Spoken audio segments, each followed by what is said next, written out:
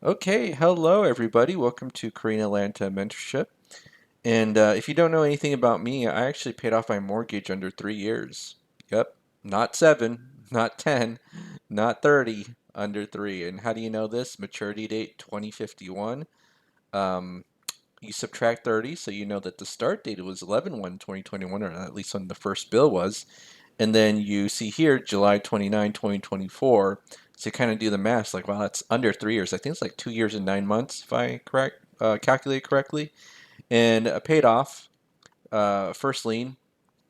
And yeah, so what's funny is that, I was just kind of talking to people yesterday, and as I was saying the words, oh, paid off my mortgage under 3 years, like a thought came into my brain, right? And the thought was, I kind of feel like a liar, right? You ever like think about imposter syndrome and it happens with like high achieving people? I think one of the reasons why it happens with high achieving people is because they're surrounded by other people who don't have the ability or capacity to judge whether your accomplishments are real or not, right? I think that's where it comes from. So as I was saying, oh, I paid off my mortgage in 3 years. Oh, feel like a liar. Huh, that's interesting. In fact, I even asked ChatGPT this. I said, why do I feel like a liar when I tell other people I paid off my mortgage under 3 years? Pretty good response. Let's go ahead and read it out loud. Feeling like a liar when you tell people Oh, whoopsie. Hold on one second. Okay, I think it fixed that. Let's read again. Feeling like a liar when you tell people you paid off your mortgage in under 3 years might come from several sources. 1. Uncommon achievement. Paying off a mortgage so quickly is rare, and when something seems extraordinary, it may feel like others won't believe it. This can create a sense of impostor syndrome, where you question whether your accomplishment is as valid as it feels. 2. Perception of complexity. If you used strategies like velocity banking or other unconventional methods, people unfamiliar with these approaches might not understand how it was possible. Their skepticism can lead you to feel like you need to over-explain, which could cause feelings of dishonesty. 3. Downplaying success. You might be downplaying your own success internally, thinking it wasn't that hard, or attributing your success to luck, which can make sharing it feel awkward. Do you feel like it's more about how others react to your story? Or does it feel more like something internal?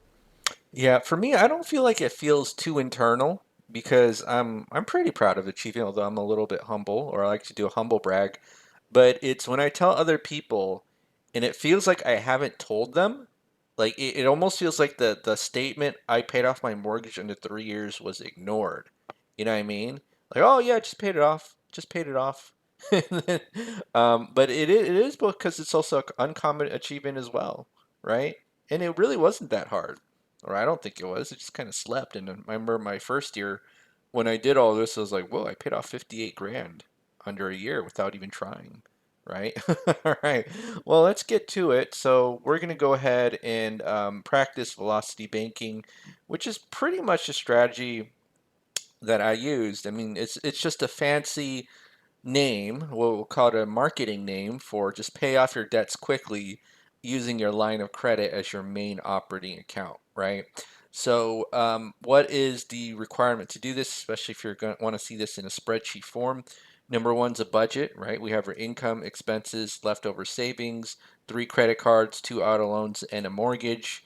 And we need a line of credit, right? So, I have lots and lots of lines of credit. In fact, I closed on a HELOC on Monday for $280,000. And let me show you right here, $280,000 right here. And still not available. Called the bank, credit union, or whatever. And they were like, yeah, we still haven't got the closing docs from the title company. Sorry. And I'm like, it's been 3 days. I'm not really feeling the pain, but you know how like you get a new shiny toy or something from Amazon and they say it's going to come and there's that 1 day shipping delay. I'm feeling it right now, but it's okay. I'm pretty sure I'll have access to this next week, I think, or probably end of the day, hopefully. All right, so now let's go ahead and do this, and we'll just assume that we have access to a $30,000 home equity line of credit, right? So, what's a line of credit? All it is a financial tool where you could borrow money, pay it back, and then use it over and over again. That's all a line of credit is. And if you provide collateral like your home equity, That's a very valuable collateral that the bank sees like, hey, if you don't pay it back, we'll go ahead and take back or try to take back your home and resell it off to satisfy the any if you're a deadbeater, right? If you're a deadbeat whack job who doesn't pay off their debts, then they'll offer you lower rates and higher limits, right? And that's how I got 280,000 because I paid off my mortgage under 3 years. So lots of equity there. I probably could have gotten more if I timed it correctly, but whatever. Anyways, so let's go ahead and do this. So same income, um, and we assume that we're not going to have any savings. Okay, so this is really important because society conditions you to, like, if you're making money, that having savings like 3 to 6 months is the responsible thing to do. And so if you take a look here, start off with no money and then I end with no money, right? Because all of it is geared towards paying off debt, right?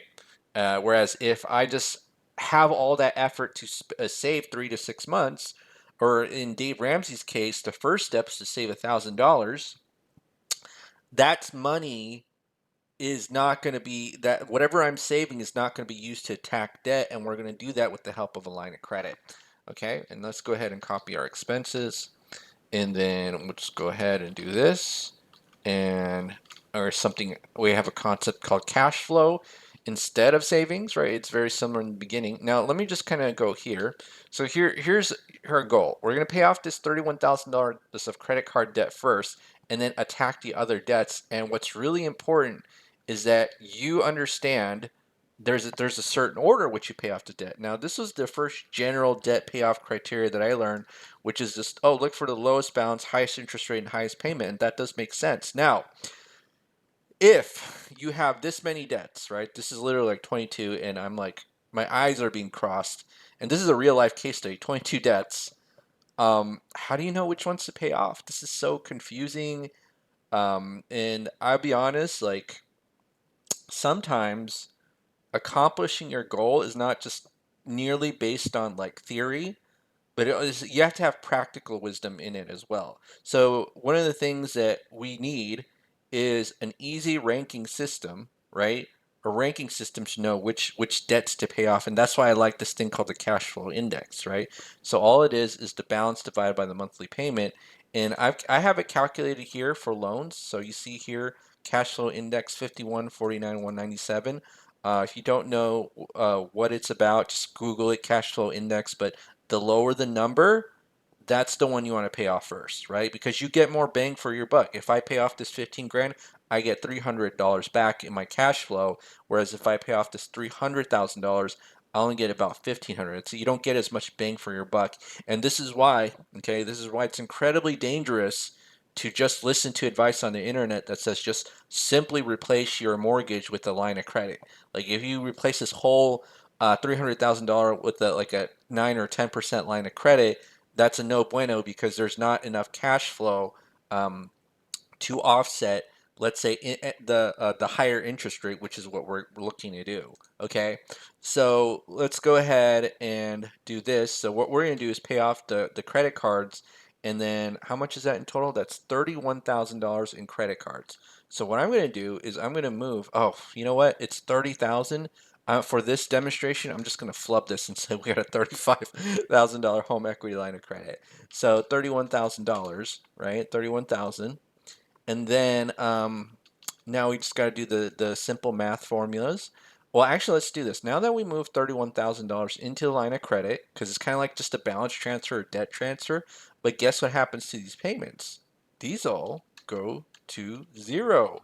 And because they go to zero, we went from 1,000 to 2,000. That's amazing. How did that even happen? Right? And so now, okay, let's go ahead and talk about the actual velocity banking strategy. You put your entire paycheck into that line of credit, and then you take your expenses out, and then your cash flow is the amount that your debt reduces within that line of credit plus some interest, right? We do have to pay some interest, although if we did the debt order um, properly, like which debts we pay off in which order, the interest rate shouldn't be that big of a deal. And especially for starting out, we want to get that rid of those high interest credit cards especially if we're not in the 0% period. If we were in the 0% period, I'd say it depends, right? Like with 0% loans, they take up a huge amount of cash flow. So even if you move them into like a line of credit with uh, uh, interest rate, let's say lower than, I mean higher than zero, you might want to consider it. But again, it's up to you, right? All right. So now let's go ahead and calculate the next month, which is the next month's balance. Or sorry, next. What do I do here? The next month plus previous next month. What am I doing? Okay, so the next month is the previous month plus one, not plus two. The next month's balance is the previous month's balance plus the previous month's interest minus whatever our current cash flow is, which is 2209.79, right? And then the interest, right, is calculated based on the average daily balance. So we'll take the average here, multiply it 0.85 because that's the interest rate, and then divide by 12. Okay, and then what you do is just control and paste, and then wow, you got the next month's balance and so on and so forth, and you see that how much interest we pay, and it's really not that much as you think you'd be, right? Because we're putting our entire paycheck into line of credit, expenses out, and let's go ahead and highlight here when we tackle our next debt, and so let's go ahead and do that. So at 15 months, whoa, we paid off, okay? We paid off how much of debt? That was 31,000. 31,000. Pretty good, right? I remember I've seen YouTube videos where it's like I paid off $10,000 of debt in I think like 6 months, and it got like over $300,000, 300,000 views. Like, see, that's realistic to most people. If I say 3 years of mortgage, it's like you're a liar. You know what I mean? All right, so now let's go ahead and do this, and we've tackled on the highest interest rate debt along with the highest cash flow sucking debt. And let's go here with the auto loans. And so now it's been 15 months. We got this loan calculator right here. I just type in the current month, 15, 15, 15. And then the system is going to tell me what the current balance is and what that current cash flow is. So let's take a look here. Okay. So I'm going to take this one and pay it off. Now, could put both into that line of credit? I think I can because it's less than, I think, 35 grand. And actually, let me just do this. I'm going to sum them up. So sum, or G2 plus G3, right? So that's about 30 grand. So let's move this 30 grand into that line of credit. I'm going to do that here because the limit is about 35, so we can definitely do that. So let's go ahead and do that here. And then plus, all right, plus 30466.68. Okay, so now when we move that line of credit in, or I'm sorry, that loan into our line of credit, then our cash flow frees up. So this goes to zero, this goes to zero, right? And then now we got almost $3,000 of cash flow. Holy, right? Oh my balls. That's got to be my new phrase. No, probably not. It's a terrible phrase. I probably prefer the 1960s Batman bam kaplow wham, a little bit more safer for the kids, right? So all right, so now let's go ahead and 2979.94, right? And then let's go ahead and do this. And I'm going to copy and paste all of this. And then we see that within 26 months, oh, those two auto loans were completely paid off. That's pretty good. So let's go here and right here. So 26 months. So that's 31 plus 24 plus 15. So that's 70K, right? 70K. Woohoo. All right. All right, 70K. And now it's time for us to focus on the mortgage. Okay. And so if you don't know how mortgage payoff works, you really have only two strategies. Number one is we can directly overpay the mortgage, and this would essentially be in our leftover savings directly into the mortgage. Now, I'm going to tell you, yes, you do pay off the debt quicker, okay? But here's the disadvantage of this. You're probably not going to do it. And I remember going into like a real estate investor, I think, meeting or something like that, and the speaker was like, You know what the best real estate investing strategy is? Because, you know, like every season there's a new flavor like Airbnb, Burr, and all that, and people never stick to anything. And he said the best real estate strategy is the one you're actually going to do. It's the one you're actually going to do, right? So you have this extra cash flow and then you move it into the mortgage. Well, guess what? You're probably not going to do that. This is why most people, instead of just making that kind of like parasite monthly payment or overpaying that to kind of get rid of that parasite monthly payment, they just have savings. Because what if they needed their money? They're not building their capital base, right? They're not building they're not getting lines of credit. What they do is just get maybe a couple loans, kind of like these, not try to pay them off because they know that if they have loans and they overpay them, they don't have any liquidity, right? And if they do, let's say they even have lines of credit, they usually use them wrong. That's why if I go on Reddit and I say, hey, I look up HELOC, there's a good number of people who struggle with the HELOC, right? Because they're not using it as their main operating account. So what I'm saying is, if we can do extra payments, it's just a strategy that's by default already available for everybody that no one's ever going to do. And you might say, well, why don't you just do that and then use your credit cards and lines of credit as a backup? We can, but we're also trying to prevent something that kind of got us to this situation, which is segregation of income. And this is a real life case study. Like, I have this in my live stream, 99 cents. You want to be a YouTube member and see how I went through this for 1 hour and 30 minutes? Segregation of income is real, right? So we want to prevent that, okay? And one of the ways that we can prevent that is just simply moving the principal of the mortgage into the line of credit. Now let's take a look at how many months was this? This is 26 months. All right, so at 26 months, take a look at this. This is the cash flow index, 26 months, right? The balance is $289,000. We paid $28,000 of interest. Now let's see what happens if we just kind of move, let's say $10,000. In fact, what was the original balance? It's $300,000. How much did we pay after, let's say 26 months is about 11K, right? So we paid off 11K in 26 months. Now let's move that same 11K from here, so into the line of credit. Okay, so we'll remove that same 11K.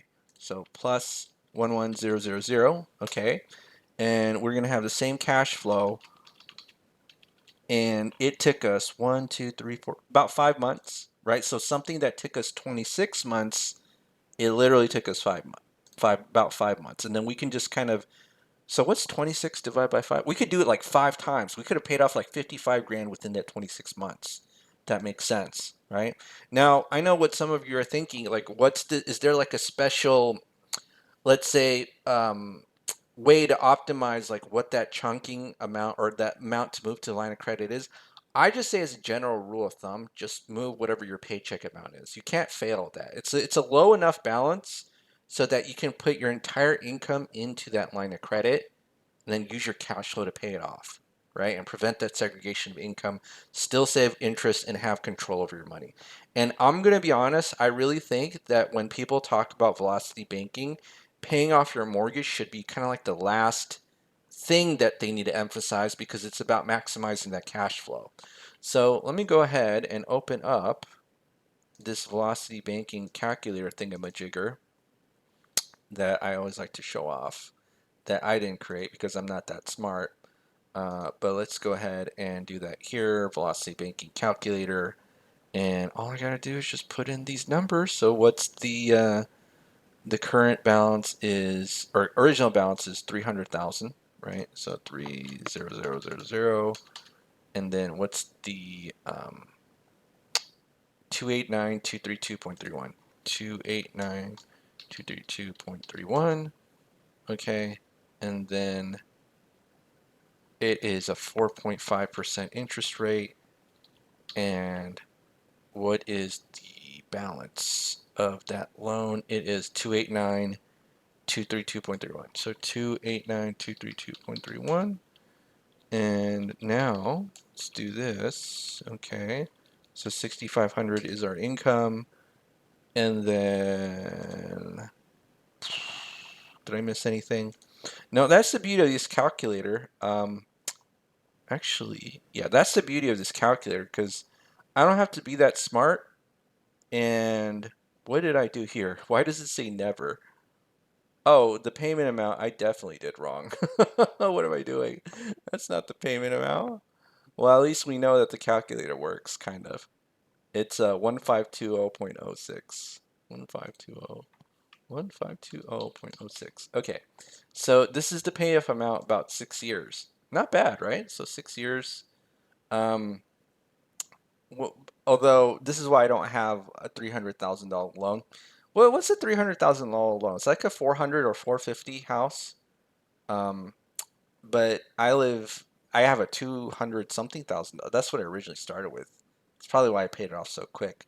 But the other thing too with real estate investing is you want to always want to buy a house at a discount. So, would I buy a $400,000 home?